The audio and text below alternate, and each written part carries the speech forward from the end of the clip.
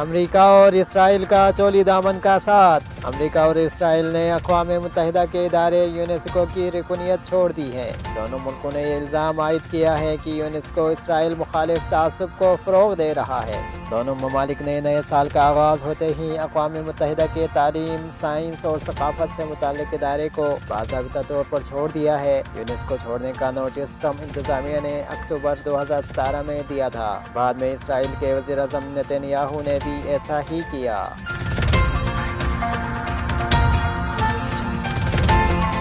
UNESCO سے نکلنے کے بعد شاید ٹرمپ کرۂ ارض سے بھی نکل جائیں: جواد ظریف۔ اسلامی جمہوریہ ایران کے وزیر خارجہ محمد جواد ظریف نے اپنے ٹویٹ میں اقوام متحدہ کے ذیلی ادارے educational, scientific and cultural organisation UNESCO سے امریکہ اور غاصب صہیونی حکومت کی علیحدگی پر تنزیہ رد عمل کا اظہار کیا ہے۔ انہوں نے مختلف عالمی معاہدوں اور اداروں بشمول یونیسکو سے امریکہ اور صہیونی حکومت کی علیحدگی کا حوالہ دیتے ہوئے کہا کہ ٹرمپ اور اس کی کٹ پتلی صہیونی حکومت شاید کرۂ ارض سے بھی نکلنا چاہتے ہیں۔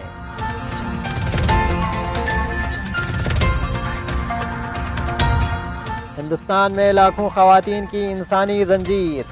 ہندوستان میں لاکھوں خواتین نے صنفی عدم مساوات کے خلاف 620 کلومیٹر طویل انسانی حکومتوں کی زنجیر بنا ڈالی۔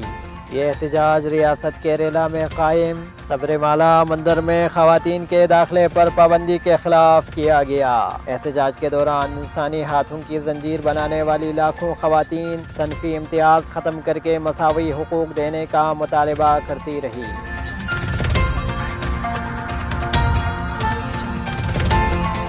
وزیر اعظم کی زیر صدارت وفاقی کابینہ کا اجلاس۔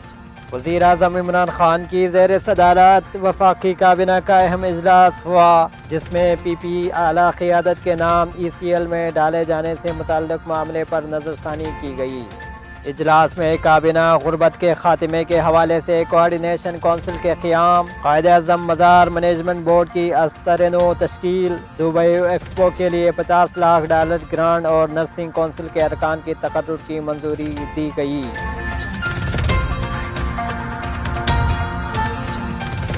کراچی میں سائبر جرائم میں ملوث 10 رکنی گروہ گرفتار۔ رینجرز نے انٹیلیجنس بنیاد پر کارروائی کرتے ہوئے سائبر کرائم میں ملوث ایک گروہ کے 10 کارندوں کو گرفتار کیا۔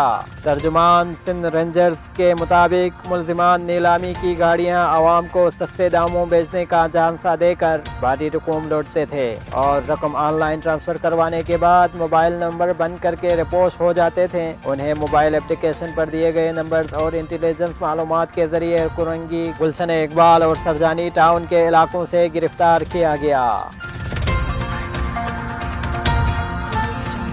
منی لانڈرنگ کی روک تھام، باجا خان ایئرپورٹ پر اسکیننگ مشینیں نصب۔ منی لانڈرنگ کی روک تھام کے لیے باجا خان انٹرنیشنل ایئرپورٹ پر جدید باڈی اسکیننگ مشین نصب کر دی گئی۔ مشین کی فنڈنگ سول ایوی ایشن اتھارٹی نے کی، جبکہ چلانے کی ذمہ داری ASF کی ہوگی۔ گلگت بلتستان کو صوبہ بنانے سے حکومت کی پسپائی۔ وفاقی حکومت گلگت بلتستان کو عبوری صوبہ بنانے کی آپشن سے پیچھے ہٹ گئی۔